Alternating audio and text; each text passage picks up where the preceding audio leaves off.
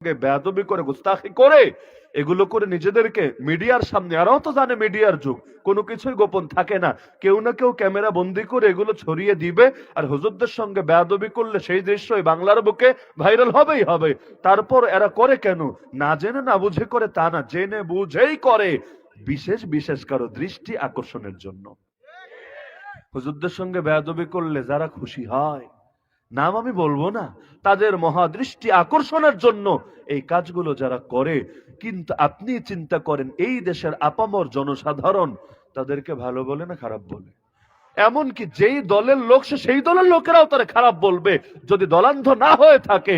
কারণ লেভেলে লেভেলে লড়াই হলে মানুষ বীরত্বের প্রতীক হিসাবে বিবেচনা করে, কিন্তু সবল যদি দুর্বলের উপর চেপে বসে এটাকে কখনোই কখনোই বীরত্ব বলে না।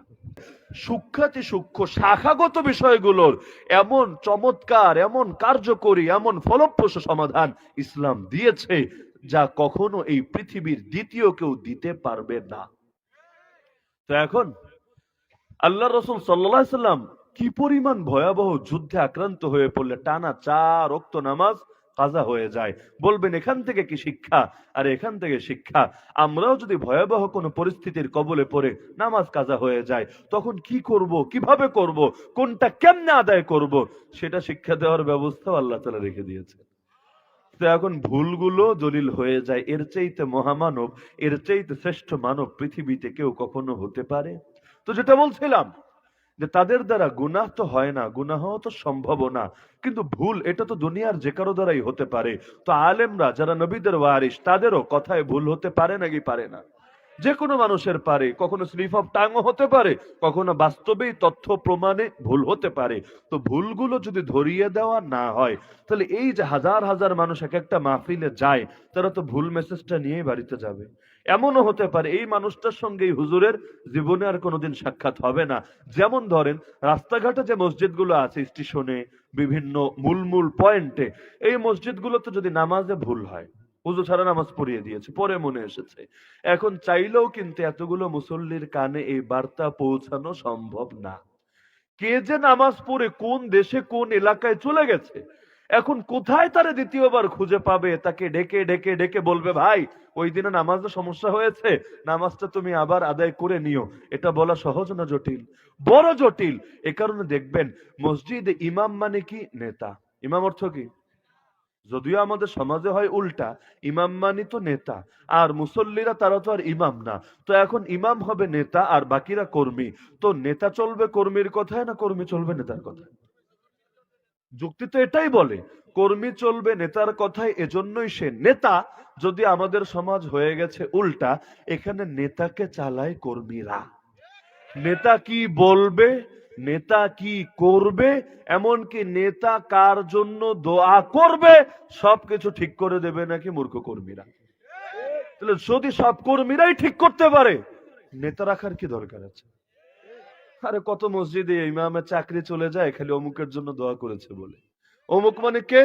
হতে পারে মাজলুম মুসলমান, হয়তো দোয়া করেছে আল্লাহ ফিলিস্তিনের মুসলমানদের হেফাজত করো, আফগানের মুসলমানদের হেফাজত করো, আল্লাহ মালি সোমালিয়ার মুসলমানদের হেফাজত করো, উইঘুরের মুসলমানদের হেফাজত করো।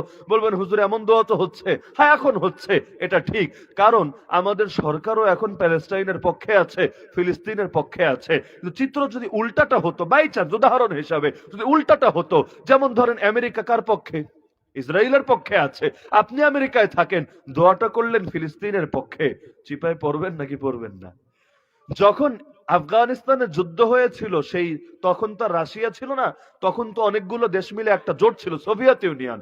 তো সেই সোভিয়েত ইউনিয়নের সঙ্গে যখন যুদ্ধ হয়েছিল, এক রাশিয়ার সঙ্গে কিন্তু যুদ্ধ হয় নাই, পুরো জোট সোভিয়েত ইউনিয়নের সঙ্গে যখন যুদ্ধ হয়েছিল, তখন বাংলাদেশ থেকেও অনেকে গিয়ে সেই যুদ্ধে আফগানিস্তানের পক্ষে শরিক হয়েছিল, নাকি হয় নাই? তারা কি ভিসা নিয়ে গেছে না বর্ডার ক্রস করে গেছে? ভিসা নিয়ে গেছে।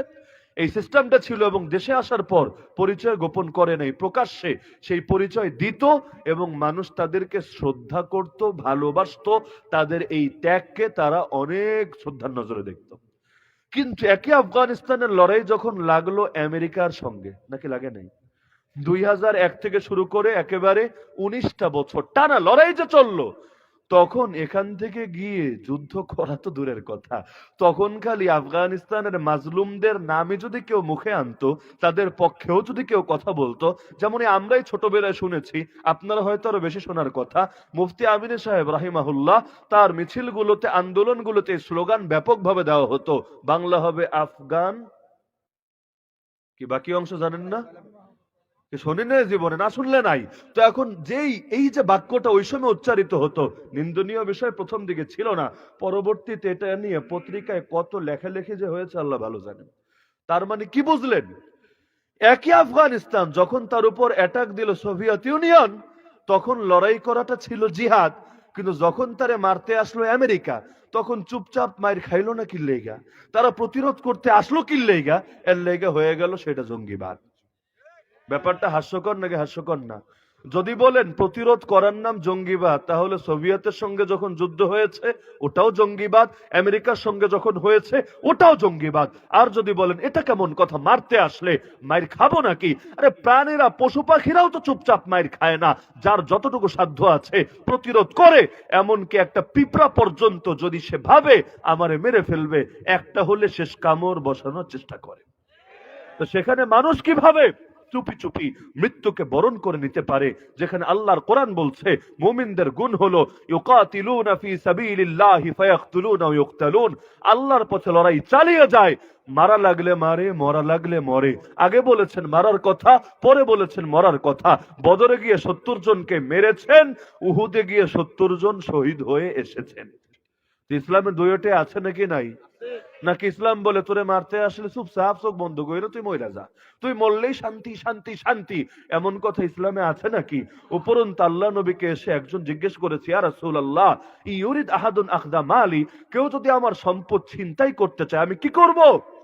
আল্লাহ নবী বলেন ফাকাতিলহু, তুমি তার সঙ্গে লড়াই করবা, যুদ্ধ করবা। সে অবাক হয়ে বলল, ইয়া রাসূলুল্লাহ যদি মরে যাই?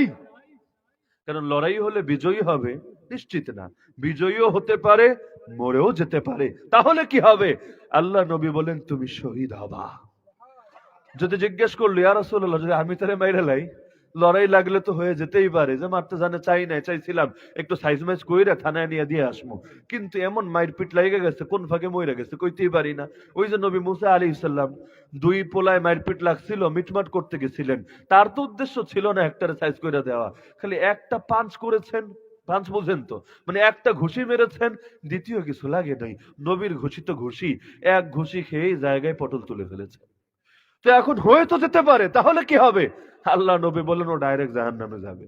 তো সম্পদ ছিনিয়ে নিয়ে ছিনতাই করতে চাইলে তখনই যদি লড়াই করা নবীর আদেশ হয়, তাহলে যারা স্বাধীনতা ছিনতাই করতে আসে, যারা ধর্মকে ছিনতাই করতে আসে, যারা মাদ্রাসা মসজিদকে বন্ধ করতে আসে, যারা মা বোনের ইজ্জতকে কেড়ে নিতে আসে, যারা মুসলিম শিশুদেরকেও হত্যা করতে আসে, তাদেরকে ছেড়ে দেওয়া কিভাবে ইসলামের শিক্ষা হয়। এই যে ফিলিস্তিনের বুকে গত 6 সপ্তাহে 13,000 মুসলমানকে শহীদ করেছে, যার মধ্যে 6,000ই শিশু। ভাবতে পারেন আপনি, 2-4 জন শিশু হত্যা, এটাকে বলতে পারেন বিচ্ছিন্ন ঘটনা, যে বড়দেরকে মারতে চেয়েছে, 2-1টা গুলি এদিক সেদিক গিয়ে 2-1টা বাচ্চা মরেছে। আরে 2-1টা না, ধরলাম 200-100ই, কিন্তু 6,000 শিশু, আর 13,000-এর মধ্যে 6,000ই শিশু, এটাকে কখনোই বিচ্ছিন্ন ঘটনা বলা যায় না। কি পরিমাণ হিংসা থাকলে, কি পরিমাণ বিদ্বেষ থাকলে, রক্তের সঙ্গে কি পরিমাণ দুশ্মনির মাত্রা মিশানো থাকলে ছোট ছোট বাচ্চাগুলোর উপর পর্যন্ত দয়া করে না। যেভাবে ফেরাউন আল্লাহ নবী মুসা একেবারে বাচ্চা হয়ে জন্মানোর আগেই তার বিরুদ্ধে যুদ্ধের ঘোষণা দিয়েছিল, একইভাবে এই নব্য যুগের ফেরাউন, এই ইসরায়েলি হানাদার আর জায়োনিস্টরাও একই পথে হাঁটছে। তারা জানে মুসলমানদের বাচ্চা দেখতে বাচ্চা হলে কি হবে, সিংহ তো সিংহ, আর সিংহ শাবক যেদিন বড় হবে, এরা তো আর মেশকাম্বরের ঘ্রাণ নিয়ে বড় হবে না, বারুদের গন্ধ পেয়ে পেয়ে বড় হবে। যারা চোখের সামনে নিজের বাপের শহীদ লাশ দেখেছে, নিজের মায়ের ইজ্জত হারা মুখটা দেখেছে, উঠেছে, আর রক্তের সাগরের মধ্যেই যারা বেড়ে উঠেছে, যাদের দুনিয়ায় পাওয়ারও কিছু নাই, হারানোরও কোনো ভয় নাই। যার কিছু পাওয়ার স্বপ্ন থাকে, তার না হারানোর ভয় থাকে। যা হারানোর সব আগেই হারিয়ে ফেলেছে। এখন জীবনের একটাই স্বপ্ন, সাবিলুনা সাবিলুনা আল জিহাদ আল জিহাদ, তরিকুনা তরিকুনা আল জিহাদ আল জিহাদ, মুসলিম হামারা এক হি কাম, ইন্তেকাম ইন্তেকাম। তো যারা এখন প্রতিশোধের অগ্নিস্ফুলিঙ্গ হয়ে বেড়ে উঠেছে, ওরা জানে এই বাচ্চাগুলো একবার যদি বড় হতে পারে, এই প্রজন্ম ওদেরকে ছেড়ে কথা বলবে না। তারা শহীদের রক্তের প্রতিটা ফোঁটার বিনিময় নেওয়ার জন্য প্রয়োজনে আরো 1000 জন শাহাদাতের সুধা পান করবে। তারপরও জালেমদেরকে উচিত শিক্ষা দিয়ে ছাড়বেই ছাড়বে। তো এখন এই জিনিসকে বরণ করে নিতে চাই। ফেরাউনের ভয়টা কই ছিল দেখেন না? ছোট বাচ্চা কবে না কবে বড় হবে, বড় হয়ে বাহিনী বানাবে, বাহিনী বানিয়ে যুদ্ধ করবে, যুদ্ধ করে ওর গদি উল্টাবে। একদিন 2 দিনের তো কথা না। আরে হাতি যদি পিঁপড়ার সঙ্গে লাগতে আসে, এ থেকে হাতির সম্মান বাড়ে না কমে? এলাকার ধরেন 33 বছরের এক পাড়া আইসা পিচ্ছি একটা পোলারে কই, লাখ পারলে আমার লগে তোর শক্তি কত দেখা ছাড়বো। এমনি যদি আইসা একটারে এভাবে চ্যালেঞ্জ দেয়, এলাকার পাড়া প্রতিবেশী ময় মুরব্বীরা তারে কি বীর বাহাদুর বলবে না পুরি ফালতু বলবে? মানুষ তো বলবে আর তোর লাইগা পাবনার মেন্টাল হসপিটালে সিট বুকিং দেওয়া দরকার। তোর লড়াই করার এত খায়েশ জেগেছে, তুই নিজের লেভেলের লোকদের সঙ্গে লড়াই কর, সেখানে বীরত্ব দেখা। যার তার সঙ্গে বীরত্ব দেখালে নিজের বীরত্ব প্রমাণিত হয় না। এই যে মাহফিলে মাহফিলে এসেও যে অনেকে গন্ডগোল পাকায় আর আলেম ওলামার সঙ্গে বেয়াদবি করে, গুস্তাখি করে, এগুলো করে নিজেদেরকে মিডিয়ার সামনে, আরও তো জানে মিডিয়ার যুগ, কোনো কিছুই গোপন থাকে না। কেউ না কেউ ক্যামেরা বন্দি করে এগুলো ছড়িয়ে দিবে, আর হুজুরদের সঙ্গে বেয়াদবি করলে সেই দৃশ্যই বাংলার বুকে ভাইরাল হবেই হবে। তারপর এরা করে কেন?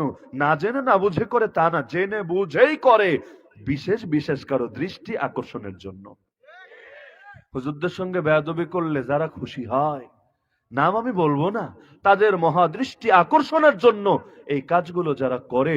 কিন্তু আপনি চিন্তা করেন, এই দেশের আপামর জনসাধারণ তাদেরকে ভালো বলে না খারাপ বলে? এমনকি যেই দলের লোক সে সেই দলের লোকেরাও তারা খারাপ বলবে, যদি দলান্ধ না হয়ে থাকে। কারণ লেভেলে লেভেলে লড়াই হলে মানুষ বীরত্বের প্রতীক হিসাবে বিবেচনা করে। কিন্তু সবল যদি দুর্বলের উপর চেপে বসে, এটাকে কখনোই কখনোই বীরত্ব বলে না। যেমন সংখ্যালঘু নির্যাতন নিয়ে দুনিয়াতে এখন কথা হয় নাকি হয় না? আরে হয় নাকি হয় না? প্রতিটা দেশের মধ্যে হয়, ব্যাপকভাবে হয়। সংখ্যালঘু নির্যাতন বলতে কি বোঝায়? যে তোমরাই সংখ্যায় বেশি, ওরা সংখ্যায় অতি অল্প। তো এখন এতগুলা মানুষ মিলাই কয়ডারে মারলে তোমাদের তো এখানে বীরত্ব কিছু প্রমাণিত হয় না, উল্টো এটাই প্রমাণিত হয় তোমরা কাপুরুষ। এই যে আলেম ওলামারা বাংলাদেশে সংখ্যালঘু, বিশ্বাস করেন বা না করেন, এই দেশে অন্য ধর্মের লোকদের চাইতেও আলেম ওলামারা বড় সংখ্যালঘু। সংখ্যালঘুর অধিকার নিয়ে যত কথা হয়, সেই অধিকারের লাইনে সবচাইতে বেশি অধিকার বঞ্চিত কোন শ্রেণী যদি থাকে, সেই শ্রেণীর নাম আলেম ওলামা। কারো যদি এই বিষয়ে আমার সাথে বিতর্ক করতে ইচ্ছা, আমি বিতর্ক করতেও রাজি। কারণ যেই অধিকার অন্যান্য সংখ্যালঘু ধর্মের লোকেরা পায়, সেই অধিকারই হুজুররা পায় না। আর ধর্মের প্রতিনিধি হয়ে ধর্মের কথা বলতে না পারার চাইতে বড় কোনো কষ্ট দুনিয়ার বুকে হয় না। আপনি বাপের সন্তান হয়ে মুখ দিয়ে বাপের নাম আনতে যদি না পারেন, যদি মায়ের পক্ষে কথা বলতে না পারেন, যত টাকা পয়সা আপনি পান না কেন, দিলে কিন্তু সুখ পাবেন না। আলেম ওলামারা আল্লাহ এবং তার রাসূলের দালাল, আল্লাহ এবং তার রাসূলের প্রতিনিধি। আল্লাহ এবং তার রাসূলের কথা বলতে পারেই তাদের শান, তাদের মান। এখন যদি তাদের টুটি চেপে ধরা হয়, তাদের জবানকে বন্ধ করার চেষ্টা করা হয়, এরপর তাদেরকে যত কিছুই দেওয়া হয়, এমনকি তাদেরকে প্রত্যেক বেলায় ডিম বিরিয়ানিও খাওয়ানো হয়, এতেও তাদের মনে কখনো খুশি আসে না, আসতে পারে না। তো এখন মাহফিলে সভাপতি রাখে কি প্রসঙ্গে, এটা আমি বুঝাচ্ছিলাম যে সভাপতি রাখে মূলত এজন্য যে কোনো বক্তার ভুল হলেও যাতে ভুলটা ধরিয়ে দিতে পারে, নাকি অন্য কোনো মাকসাদ আছে? কেন? কারণ এতগুলো মানুষের ভুলের দায় কে নেবে? এই যে আলেমরাও যদি মহা ভুল করে, সেটা অন্য আলেমরাই ধরায় দেয় না আপনারা সাধারণ মানুষ ধরায় দেন? কারণ অনেক ভুল এমন যেটা সাধারণ মানুষ জীবনে ধরতেও পারবে না, কারো মাথার কোনাকাঞ্চিত আসবে না। যেমন কোন হুজুর যদি জাল কথা বলে, জাল হাদিস বলে, ভিত্তিহীন বর্ণনা বলে, তাহলে দুনিয়ার কোন সাধারণ মানুষের সামর্থ্য আছে হুজুরকে বলবে না হুজুর কথাটা এটা জাল, এটা ভিত্তিহীন? কে বলতে পারবে? যেমন আমি ভিত্তিহীন একটা কথা শুনাই, জিন্দগিতে হয়তো বহু শুনেছেন, দেশপ্রেম ইমানের অঙ্গ। নিচে লেখে আল হাদিস, দেখেন নাই মনে হয় জীবন? এই কুমিল্লার মানুষ দেখে নাই জীবনে?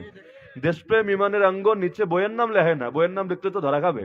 ওই বই চেক দিলেই তো বাজারে পাওয়া যাবে, সব কিতাবটা অ্যাভেলেবল। এবং এখন ছাপার যুগ আলহামদুলিল্লাহ। কোন কিতাব লাগবে আপনার? খালি নাম বলেন, আরে কিতাব কিনে আনা লাগবে না। কাল মাকতাবো তো শামেলা বা শায়েক গুগল তো আছেই, শায়েক গুগলে সার্চ করে দিলেই মোটামুটি সব চলে আসবে। তো এখন আপনি দেখেন, এখন কিতাবের নাম বললে ধরা খাবে নাকি খাবে না? খাবে। এজন্য লেখা আল হাদিস, লেখে না? আরে লেখে না? কিন্তু এটা তো জানে না যে আল হাদিস নামে চলে অনেক সময় জাল হাদিস। দেশপ্রেম ইমানের অঙ্গ মানলাম, কয় নম্বর অঙ্গ বলেন?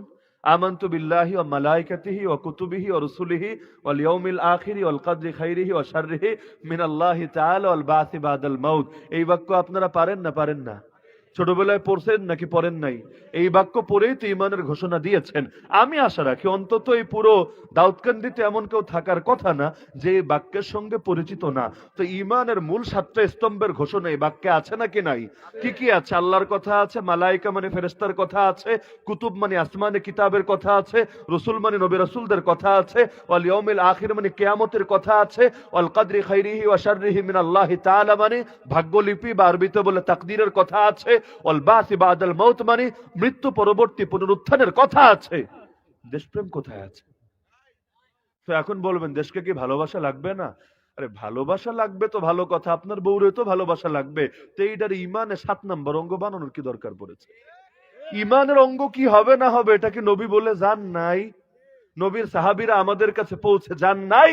এটা তো পরিপূর্ণ। তাহলে এই যে দেশ দেশ যে ভাগটা, রাষ্ট্র কনসেপ্ট পৃথিবীতে কয় বছর আগে আবিষ্কার হয়েছে বলেন?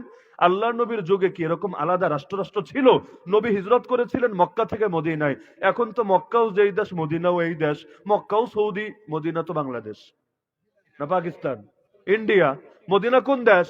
সৌদি। তো মক্কাও সৌদি, মদিনাও সৌদি। মানে আমি যেমন সিলেট থেকে আসলাম কুমিল্লা, তো এখন আমি কি মুহাজিরে কুমিল্লাউই হয়ে গেছি? যে এতদিন আমি ছিলাম সিলেটি, আলী হাসান ওসামা সিলেটি, এখন হয়ে গেলাম আলী হাসান ওসামা মুহাজিরে কুমিল্লাউই। এইরকম কথা তো আর কেউ বলবেন না। বলবেন না হুজুর এইটা তো এক দেশের মধ্যে এক এলাকা থেকে আরেক এলাকায় এসেছেন। এখন আমি যদি এমন হয় পুরো দেশ ঘুরে ঘুরে বয়ান করছি, দেশের বাইরে গেলাম না জীবনে, ধরেন আমি যাই নাই, দেশের বাইরে কোথাও গিয়ে বয়ান করি নাই, এখন যদি আমার নাম লেখেন আন্তর্জাতিক, লেখেন না আজকাল, খ্যাতি সম্পন্ন, খ্যাত সম্পন্ন, ক্ষতি সম্পন্ন, যেটাই লেখেন আন্তর্জাতিক খ্যাতি সম্পন্ন মুফাসসিরে কোরআন। এখন আন্তর্জাতিক খ্যাতি আমারে কে এনে দিল? আমি তো দেশের মধ্যেই ঘুরপাক খাচ্ছি আর খাচ্ছি, দেশের বাইরে তো যাই নাই। যদি বলেন হুজুর অনলাইনে তো সবাই দেখে, তো অনলাইনে দেখলেই যদি আন্তর্জাতিক হয়, আপনারা যারা ফেসবুক চালান আপনারাও আন্তর্জাতিক। কারণ আপনাদের কত ফ্রেন্ড আছে যারা বিদেশে থাকে, বিদেশ থেকে আপনাদেরকে ফলো করে, আপনাদেরকে লাইক দেয়, আপনাদের শেয়ার করে, আছে নাকি নাই? যদি নাই থাকে, বাঙালির কি পাওয়ার রে বাবা! ইন্দোনেশিয়ান নারী, আমেরিকান নারী, কানাডিয়ান নারী রে প্রেমের টানে নাকি বাংলাদেশে এনে হাজির করে। মাঝে মধ্যে কয়দিন পর পর পত্রিকা আসে না এরকম, প্রেমের টানে অমুক দেশের লোক এসে হাজির বাংলার বুকে। বাহ, এমন টান, চুম্বুকেরও এত টান নাই যে এই টান আছে বাঙালির প্রেমের মধ্যে। তো এখন এগুলো তো আন্তর্জাতিক ব্যক্তিত্ব হওয়ার ফলে, আন্তর্জাতিক ব্যক্তিত্ব না হলে এত দামি টান আর আকর্ষণ সৃষ্টি করতো কিভাবে? তো এখন আপনি চিন্তা করেন যে সেই জামানায় তো রাষ্ট্র এভাবে ভাগ ছিলই না। তা আল্লাহ নবীর মধ্যে কি দেশপ্রেম ছিল না? দেশপ্রেম মানে কি? যে যেখানে আমার জন্ম হয়েছে সেই মাটির প্রতি আমার টান থাকবেই। এতে আপনার জন্ম যদি এমন কোন জায়গায় হয় যেইটারে এখনো দুনিয়ায় খুঁজেই পায় নাই, যেটা এখনো দেশ হিসাবে কেউ স্বীকৃতি দেয় নাই, এমন কোন জায়গায় জন্ম হলো, আপনার কি ওই জায়গার প্রতি টান থাকবে না? অবশ্যই থাকবে।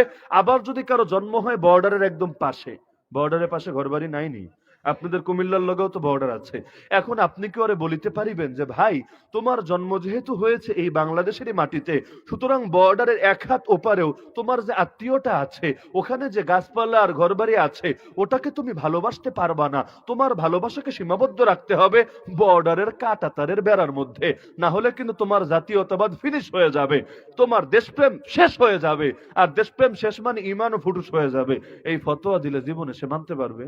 আরে মানতে পারবে, মানুষ যে জায়গায় জন্মেছে, যে জায়গায় বেড়ে উঠেছে, সে জায়গার প্রতি তার টান থাকবে, এটা ন্যাচারাল বিষয়, ধর্মীয় কোনো বিষয় না। দেশকে কি নাস্তিকরাও ভালোবাসে না? কাফের মুশরিকরাও ভালোবাসে না? যেই দেশে সবই কাফের, তাদের মধ্যে কারো মধ্যেই কি দেশের উন্নয়নের জন্য কাজ করার কোনো চিন্তা চেতনা থাকে না? অবশ্যই থাকে, কারণ এটা ন্যাচারাল বিষয়। তো ন্যাচারাল বিষয়ে জাল হাদিস দিয়া ধর্মীয় বিষয় বানানোর দরকারটা কি? তোমরা দোলনা থেকে কবর পর্যন্ত জ্ঞান অন্বেষণ করো, নিচে লেখা আল হাদিস, দেখেছেন নাকি দেখেন নাই?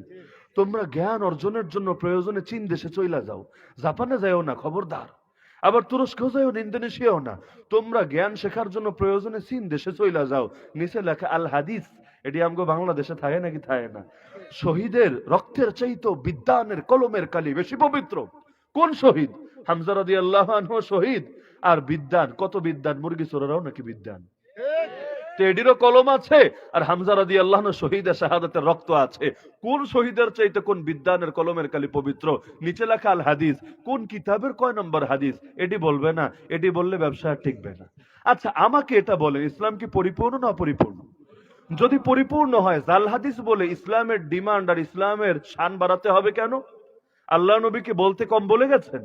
আল্লাহ নবী যা বলেছেন তাই যদি সারা জীবন বসে বলতে থাকেন, আমি গ্যারান্টি দিয়ে বলছি আপনার আয়ু ফুরিয়ে যাবে, কিন্তু নবী যা বলেছেন সব বলে আপনার মুখ দিয়ে শেষ করতে পারবেন না। এই যে আমরা বছরের পর বছর ধরে তাফসির করছি, আর আমাদের কথা বাদ দেন, আমাদের দাদা উস্তাদ যারা 40 বছর 50 বছর তাফসির করেছে, আমি 100% কনফিডেন্স নিয়ে বলছি, একজন বুকে হাত দিয়ে বলতে পারবে না আল্লাহ নবী যা কিছু বলে গেছেন, আল্লাহ তাআলা যা কিছু জানিয়েছেন, সব বলা আমার শেষ হয়ে গেছে, আমার আর কোনো